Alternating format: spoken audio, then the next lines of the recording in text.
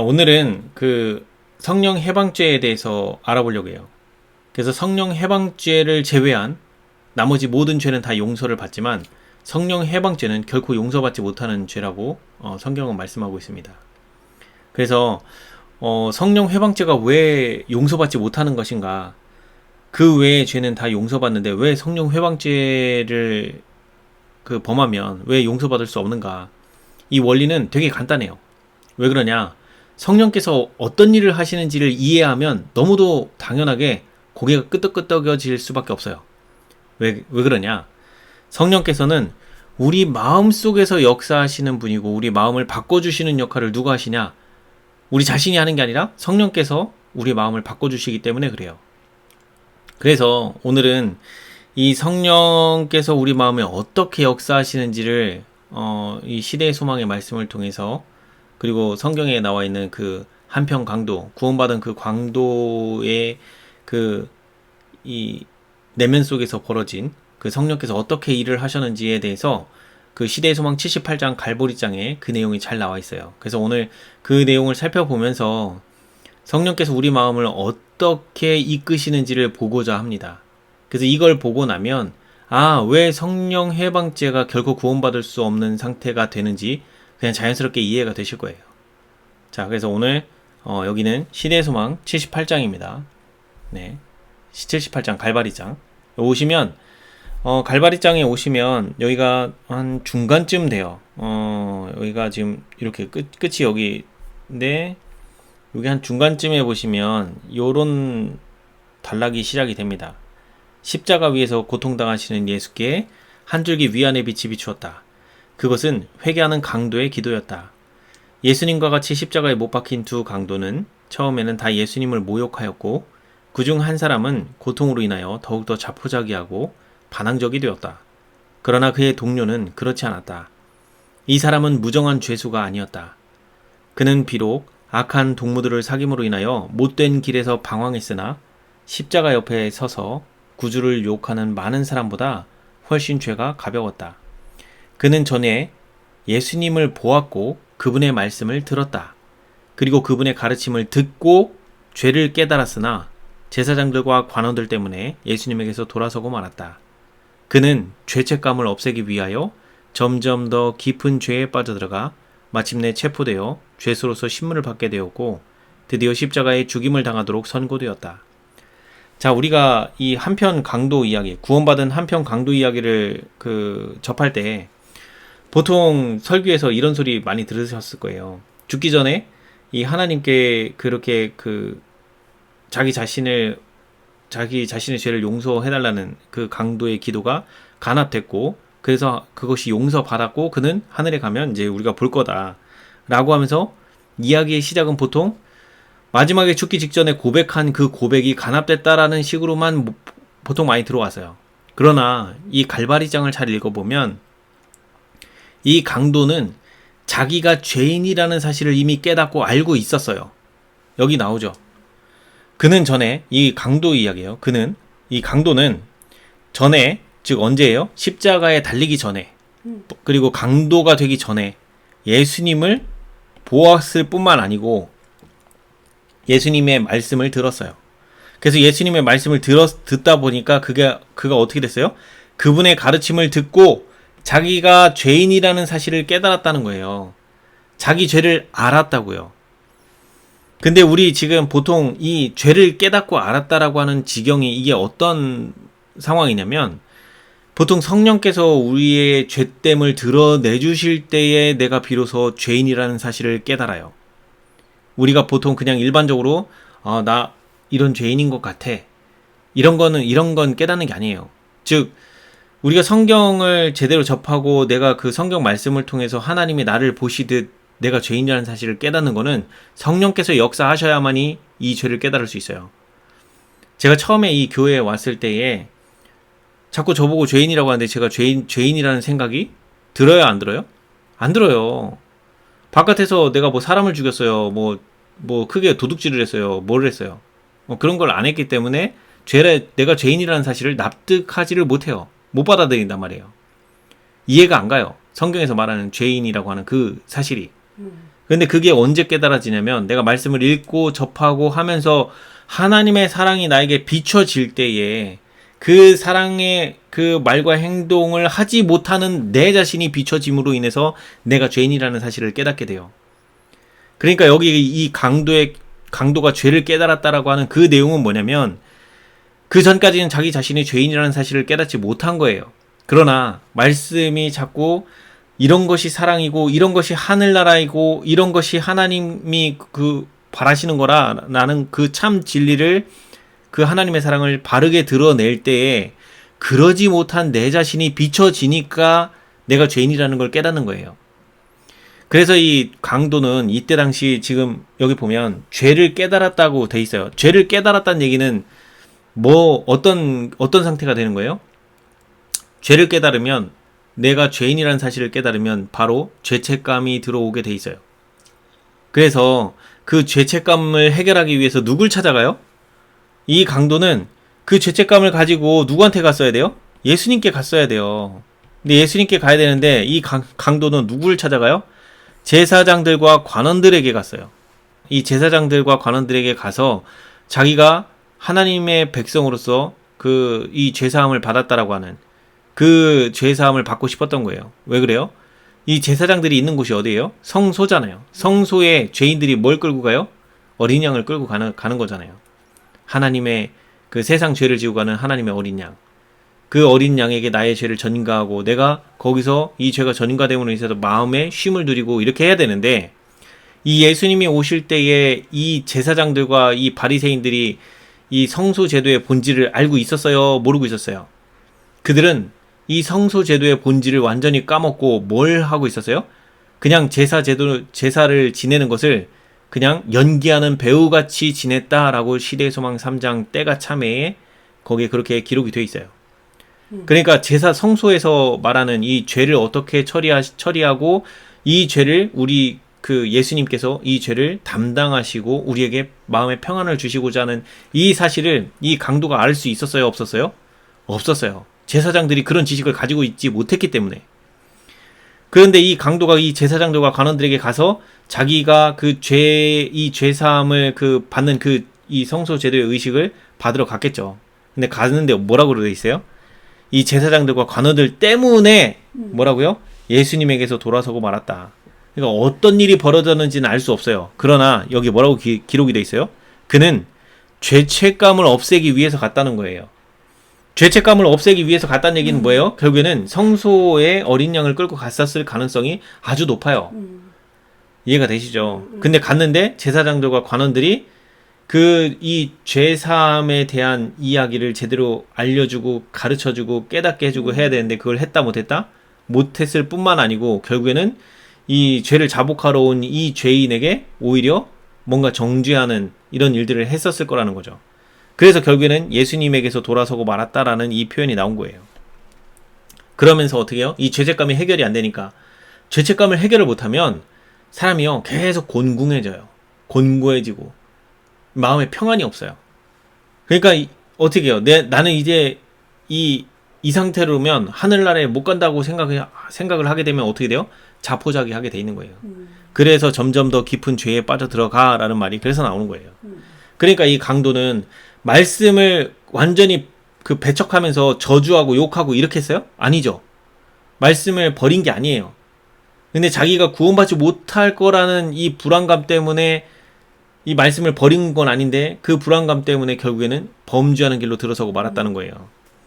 그래서 결국에는 강도가 돼서 이 재판정, 즉 예수님이 십자가의 선고를 받았던 이 재판정에 이 강도도 같이 예수님과 함께 그 십자가로 가는 그 사형 판결을 받는 이 자리에 같이 함께 하게 된 거죠.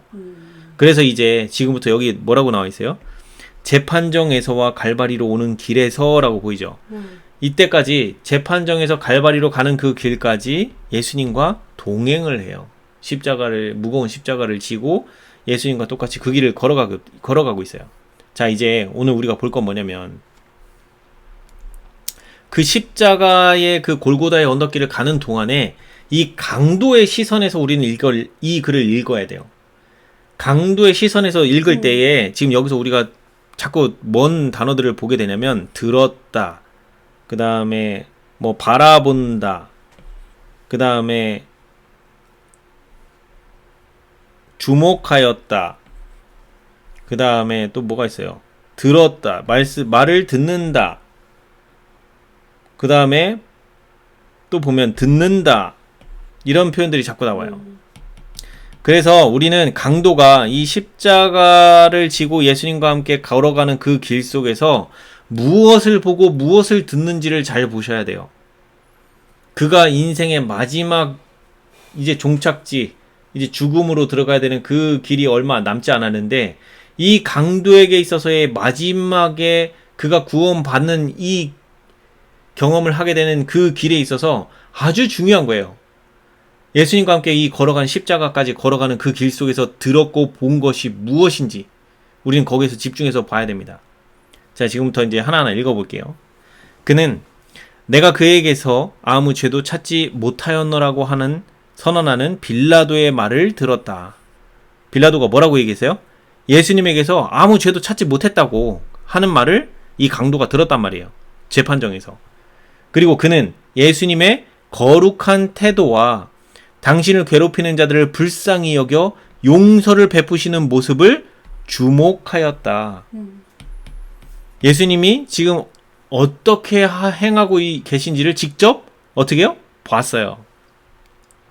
그 다음에 그는 많은 위대한 종교가가 주 예수께 조소와 멸시의 말을 던지는 것을 십자가 위에서 바라본다 보이죠? 지금 대조적으로 비춰지고 있는 거 보이세요?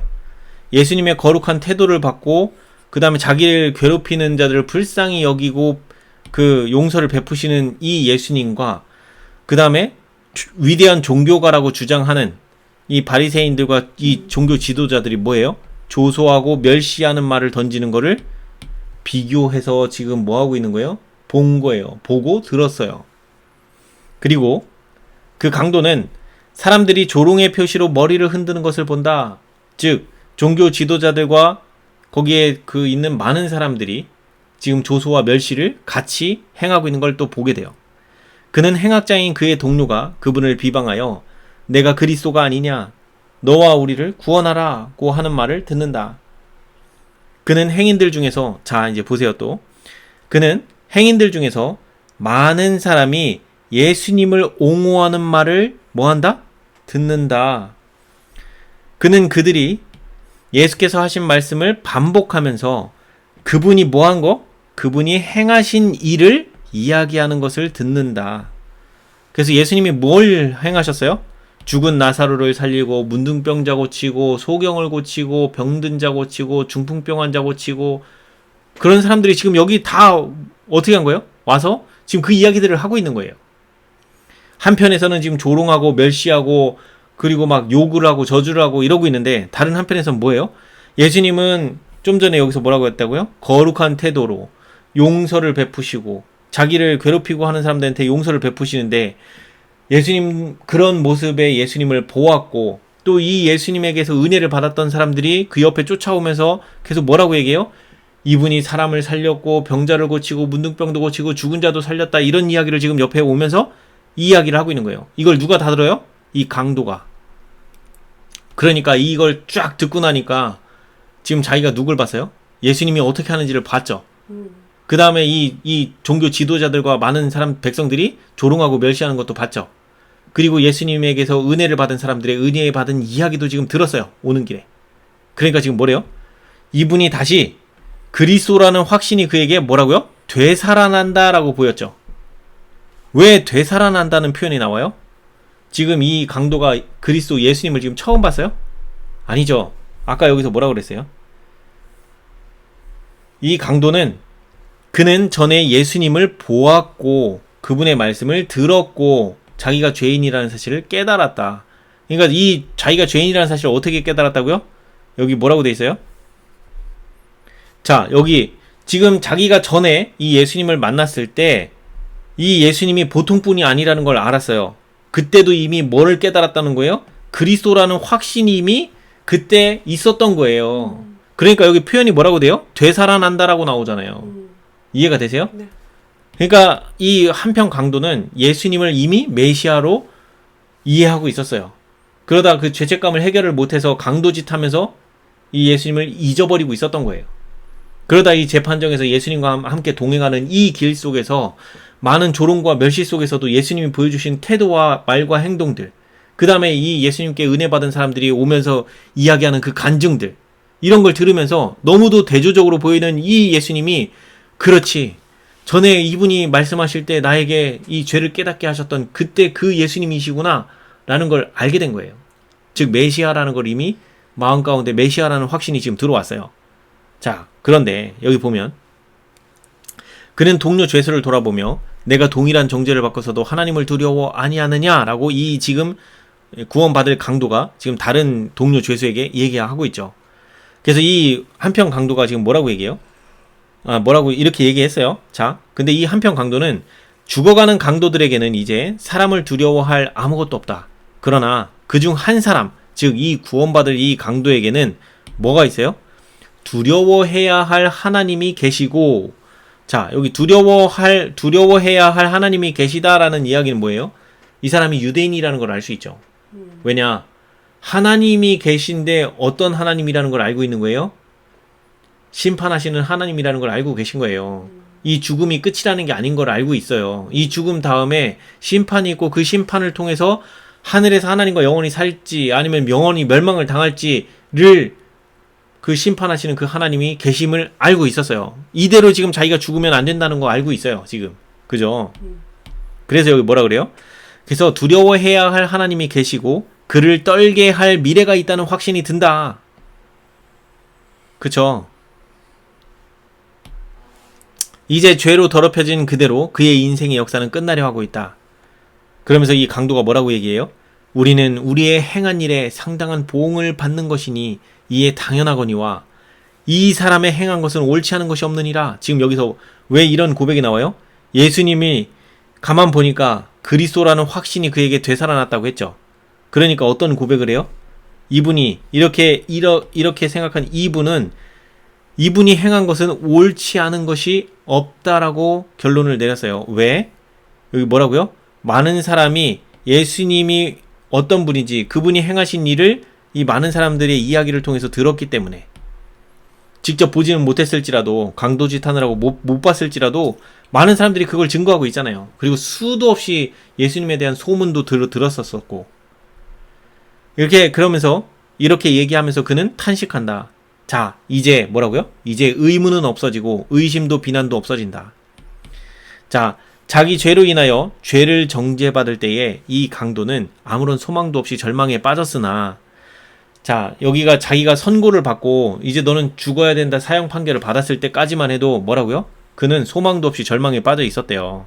그런데 지금 이 길을 같이 예수님과 함께 걸어오면서 보고 들은 거를 해보고 나니까 지금 자기가 지금 이분이 메시아라는 거를 확신하게 된 거예요. 그러니까 이제 어떤 생각이 들어요? 지금 여기 보면 잘 보세요. 지금은 이상하게도 부드러운 생각이 떠오른다. 요거 그냥 읽고 넘어가면 안 돼요. 우리는 성경을 한번 찾아볼게요. 성경에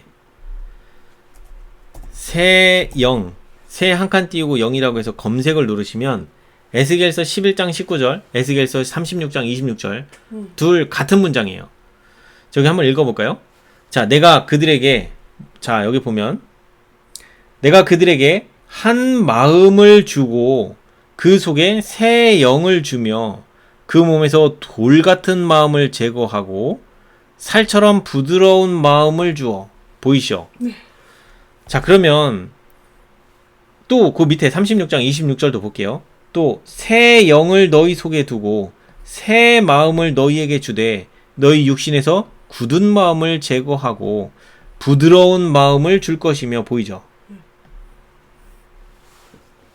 지금 보면 한 마음 이꼴, 자, 여기 지금 잘 읽어보면 마음 이꼴 뭐예요? 새 영이에요. 그러니까 한 마음인데 한 마음은 새 영이고, 새 영은 뭐예요? 지금 살처럼 부드러운 마음.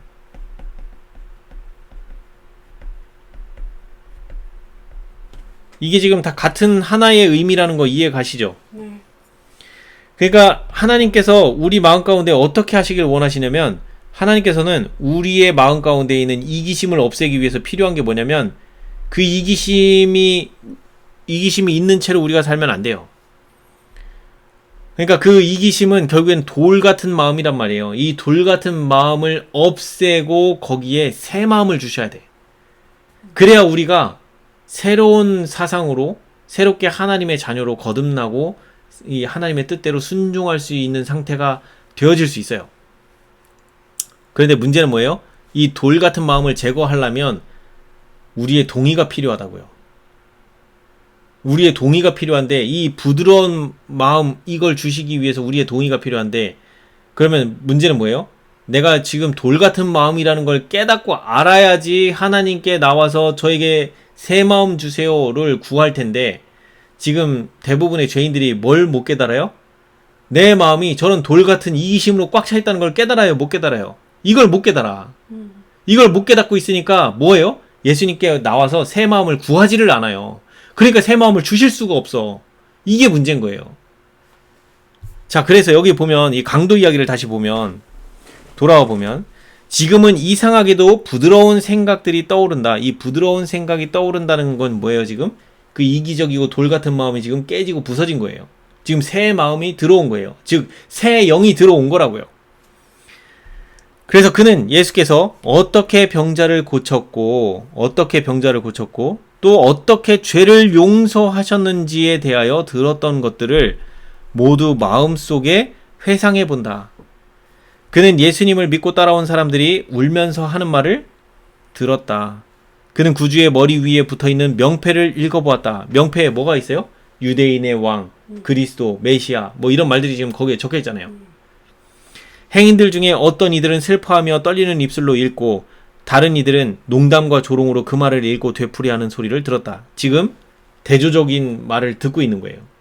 한쪽에서는 멸시하고 무시하는 말, 또 한쪽에서는 이분이 예수님이 그 하나님의 아들이심을 증거하는 그 말들. 자, 여기 보면 뭐라고 적혀 있어요? 성령께서 그의 마음을 비추셔서 차츰차츰 확신의 고리가 연결된다. 보이세요? 지금 아까 여기 그러면 부드러운 생각이 떠오른다고 돼 있죠. 이 부드러운 생각이 떠오르는데, 지금 이게 지금 뭐 하는 거예요? 아까 우리 여기 성경 말씀 뭐라 그랬어요? 자, 여기 성경 말씀에 살처럼 부드러운 마음을 주어라고 돼 있죠. 이거 누가 주시는 거예요? 하나님께서 주시는 거예요. 이 살처럼 부드러운 마음은 뭐예요? 결국에 한 마음이고, 그거는 새 영이다. 새 영을 너희 주고 새 마음을 너희에게 주면 굳은 마음을 제거하고 부드러운 마음을 우리에게 주실 수 있다는 거예요. 그러면 다시, 이 부드러운 생각이 떠올랐다는 건 뭐예요? 이미 하나님께서 이 강도의 마음에 지금 누가 역사하시는 거예요? 성령께서 지금 이 강도의 마음에 역사하고 계신 거예요. 이 강도의 마음에 역사하시는데 어떻게 역사하셔요? 지금 이 강도가 들었던 거, 본 거, 또 말 들었던 거, 읽어본 거, 그 다음에 또 소리를 듣고, 지금 뭐 한 거예요? 이 강도의 마음 가운데에서 하나님께서 어떻게 해요? 이 성령께서 강도가 보고 듣고 했던 이런 것들을 지금 조합을 시키는 거예요. 이 강도의 마음 가운데에서, 아, 지금 자기가 이걸 생각을 해보니까 지금 어떻게 이 병자가 고쳐졌는지, 어떻게 죄의 용서를 받았는지, 이런 것들을 지금 누가 고백을 했어요? 예수님께로부터 은혜를 받은 사람들이 그런 고백을 할 때 이 말씀들을 지금 다시 한번 뭐 했다고요? 여기 보면 회상 보이죠? 회상했다는 얘기는 지금 생각한 거예요? 지금 그걸 들은 거예요? 아니면 그 전에 들은 거예요? 이거 전에 들은 거예요. 즉 언제? 십자가에 달리기 전부터 이 예수님과 함께 동행하는 그 십자가 골고다의 길을 오는 동안에 대조적으로 지금 저 위에서 들었잖아요. 이 위에서 뭘 봤어요? 예수님의 거룩한 태도와 그 다음에 당신을 괴롭히는 자들을 불쌍히 여겨 용서를 베푸시는 모습도 보았고, 그 다음에 뭐라고요? 여기 지금 위대한 종교자들이 조롱하고 머리를 흔들고 멸시하고 비방하고 하는 소리도 들었고, 그 다음에 예수님에게로부터 은혜를 받은 사람들이 그분이 행하신 일을 이야기하는 것도 들었고, 지금 이걸 다 들었단 말이에요. 그 들었던 내용들, 그걸로 인해서 그리스도라는 확신도 가졌단 말이에요. 그것이 되살아났어요. 그런데 이것이 지금 다시 한번 뭐 어떻게 되는 거예요? 마음 가운데 회상이 일어나요. 이 회상 누가 일으킨 거냐는 거예요. 성령께서 지금 일으키고 계신 거 보이냐는 거예요. 어떻게 병자를 고쳤고 어떻게 죄를 용서하셨고 했는지에 대해서 들었던 것들을 마음속에 회상하면서 뭐라고 해요? 그들이 믿고 따라온 사람들이 울면서 하는 말을 들었다는 거죠. 자, 그러면서 머리 위에 붙어있는 이런 명패도 보고, 그러면서 결국에는 뭐예요? 이런 것들이 하나하나 연결고리가 되면서 지금 그 예수님이 메시아라는 확신에 완전히 이르게 된 거예요. 그리고 그 확신 속에서 뭘 발견하는 거예요? 가장 중요한 거예요. 그는 예수님에게서 그는 뭐라고요? 세상 죄를 지고 가는 하나님의 어린 양을 발견한다. 이게 아주 핵심 키포인트입니다. 성령께서 지금 이거를 가르쳐주고자 그의 마음 가운데 이런 회상을 일으킨 거예요. 그러면 여기서 말하는 세상 죄를 지고 가는 하나님의 어린 양을 발견했다는 이 말이 무슨 뜻이에요? 지금 이 한편 강도가 해결하지 못한 게 하나가 있어요. 자기 자신이 죄인이라는 사실을 깨달았고 자기의 죄를 깨달았단 말이에요. 근데 이 한편 강도가 해결을 못한 게 뭐라고요? 요 죄책감. 요 죄책감 어떻게 해결하는지를 몰라가지고 제사장들과 관원들을 찾아갔다가 거기서 열받아갖고 돌아섰단 말이에요. 그러니까 지금 자기가 죄인이라는 사실을 깨닫고 예수님이 그리스도라는 사실도 깨달았어요.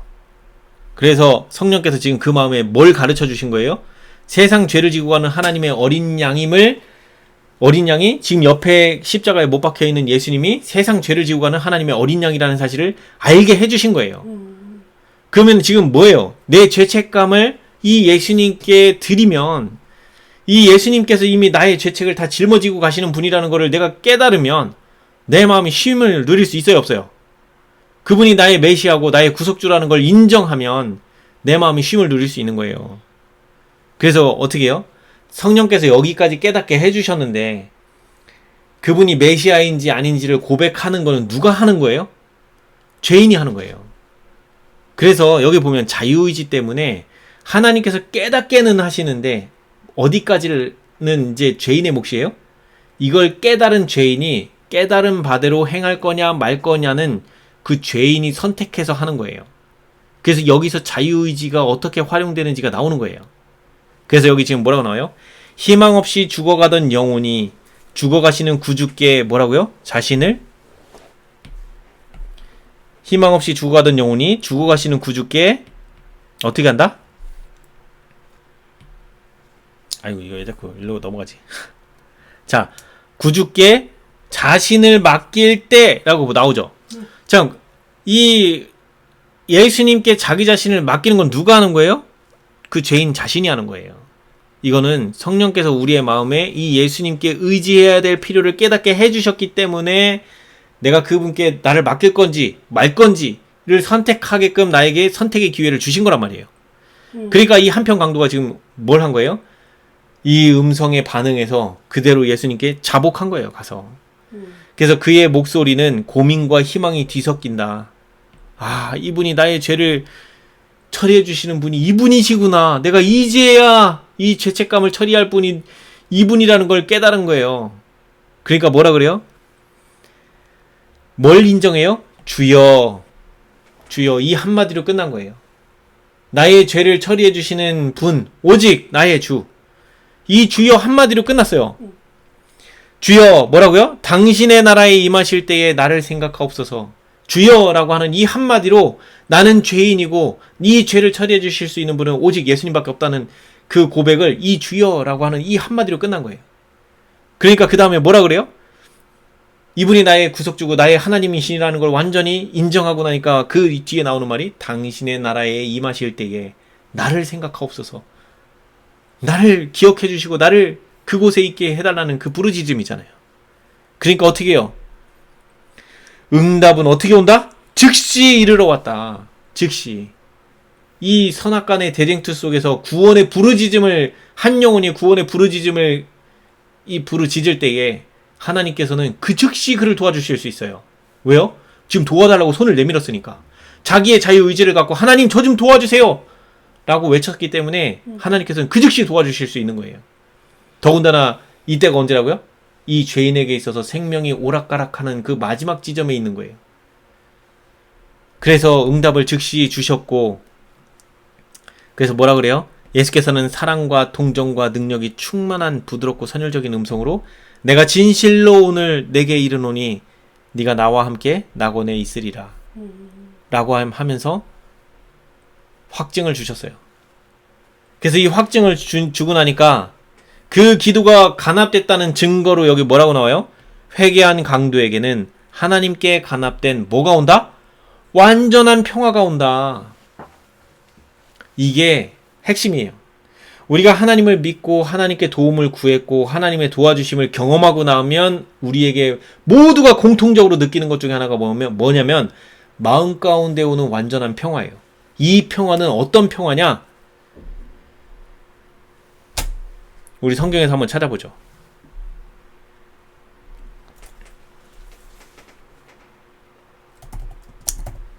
밥상이란 말로 돼 있나? 밥을 잠깐만요. 그게 어디 나오더라? 원수, 목.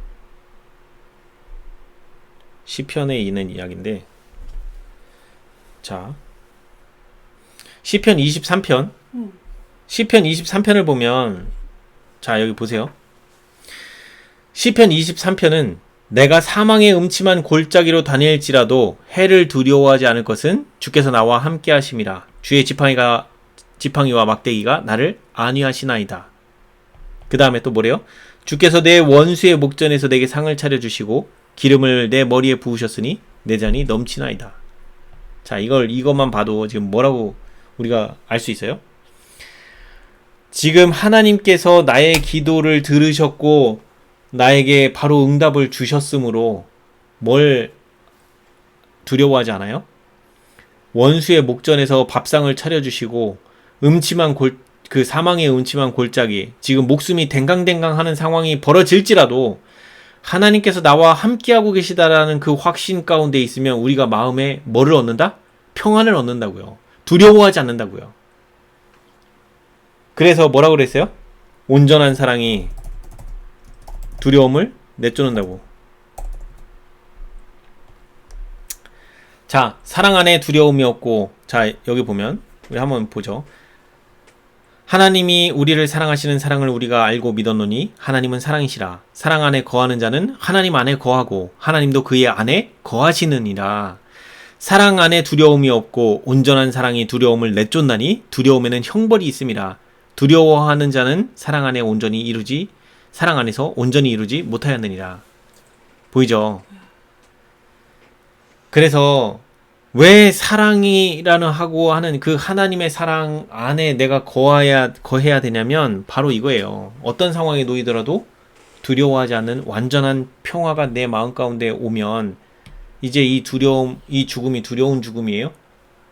이 강도에게, 이 회개한 강도가 이젠 죽음을 두려움으로 맞이하겠냐는 거예요. 방금 예수님께서 뭐라고 얘기하셨다고요? 여기서 내가 진실로 오늘 내게 이르노니 네가 나와 함께 어디 있다? 어디 있을 거라? 낙원에 있을 것이다 라고 얘기하시잖아요. 그러니까 이미 약속이 주어졌어요. 보증이 주어졌어. 보증이. 하나님 아들이신 직접 들었잖아요. 하나님 아들에게서. 너 이제 오늘 이후로 나와 함께 할 거라고. 그래서 이 한편 강도, 구원받은 이 강도에게 있어서 이 죽음은 두려운 죽음은 아니에요. 고통은 있었을지 몰라요. 그러나 이 죽음은 잠시 잠을 잘 뿐이고, 잠 자고 그 하나님께서 부르실 때에, 일어날 때에 하늘나라에서 하나님을 뵐 수 있다는 아주 큰 위로를 얻은 거예요. 소망을 얻은 거예요.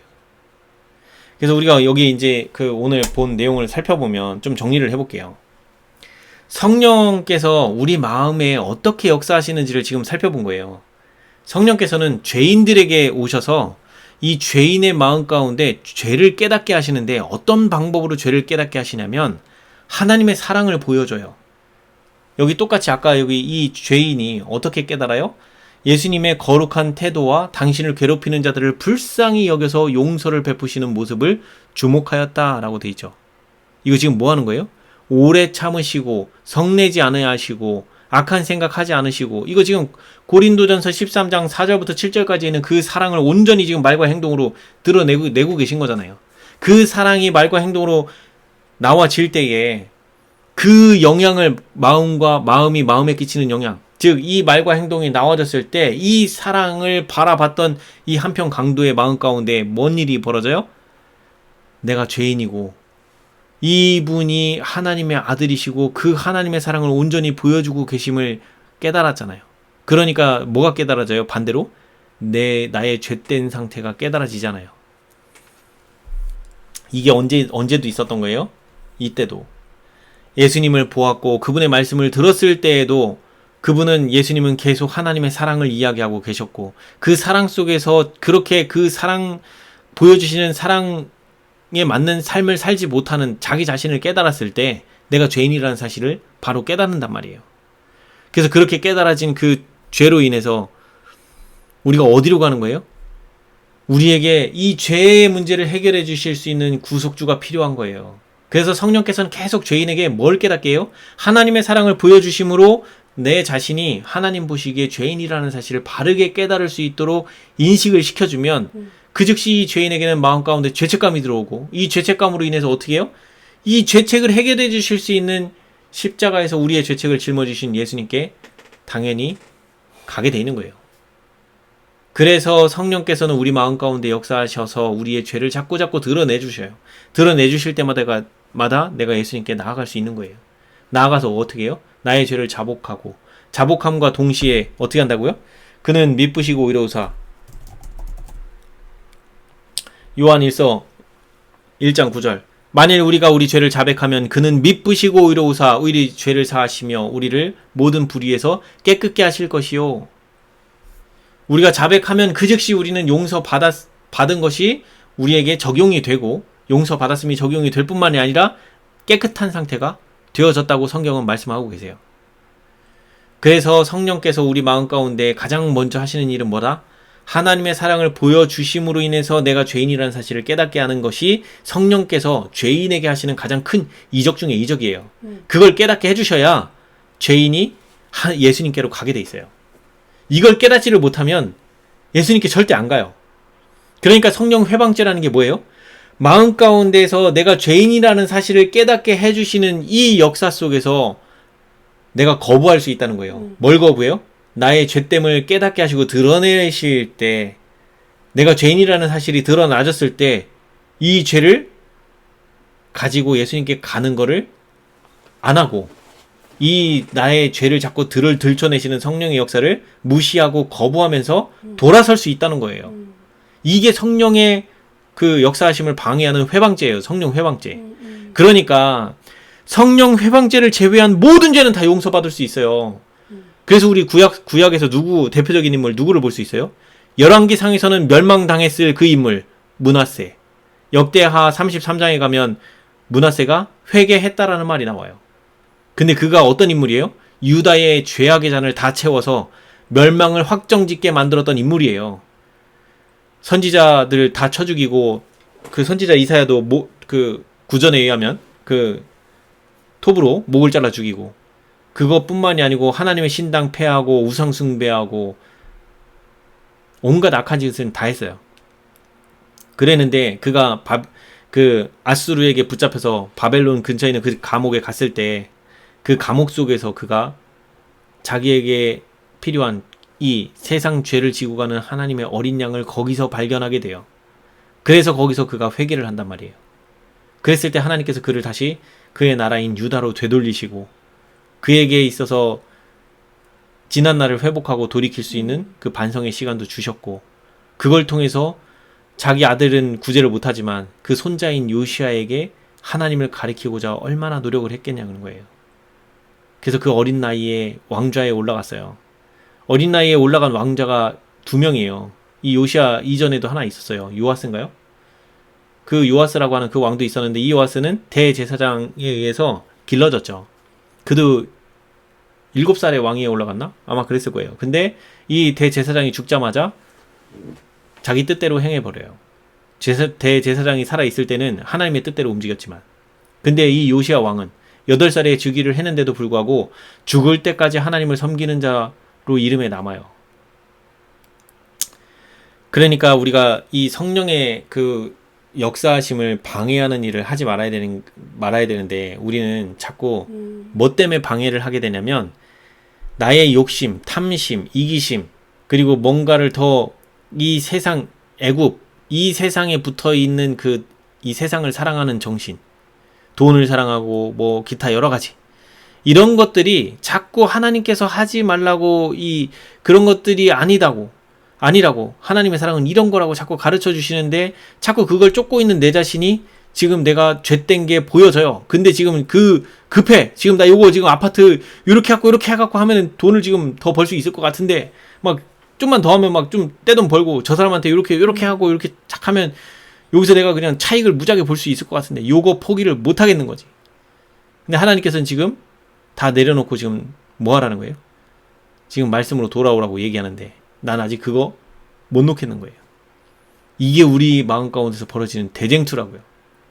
그래서 성령의 역사하심을 자꾸 거부하면 무슨 일이 벌어져요? 내 마음의 죄를 깨닫는 능력이 점차 약해져요. 죄가 안 깨달아지면 어떻게 돼요? 이제 점점 죄 짓는 거에 익숙해져서 이제 성령의 호소하시는 그 음성을 들을 수가 없어요. 하나님의 사랑을 발견할 수도 없을 뿐더러 하나님의 사랑이 보이지 않으니까 내 죄도 드러나지지가 않는 거예요. 그러니까 어떻게 돼요? 그 멸망당한 애굽의 바로 왕처럼 10가지의 재앙이 주어질 때까지도 회개를 못해요. 그러니까 우리가 마음이 강팍해지는 그 지점에 가지 않으려면 반드시 뭐 해야 된다고요?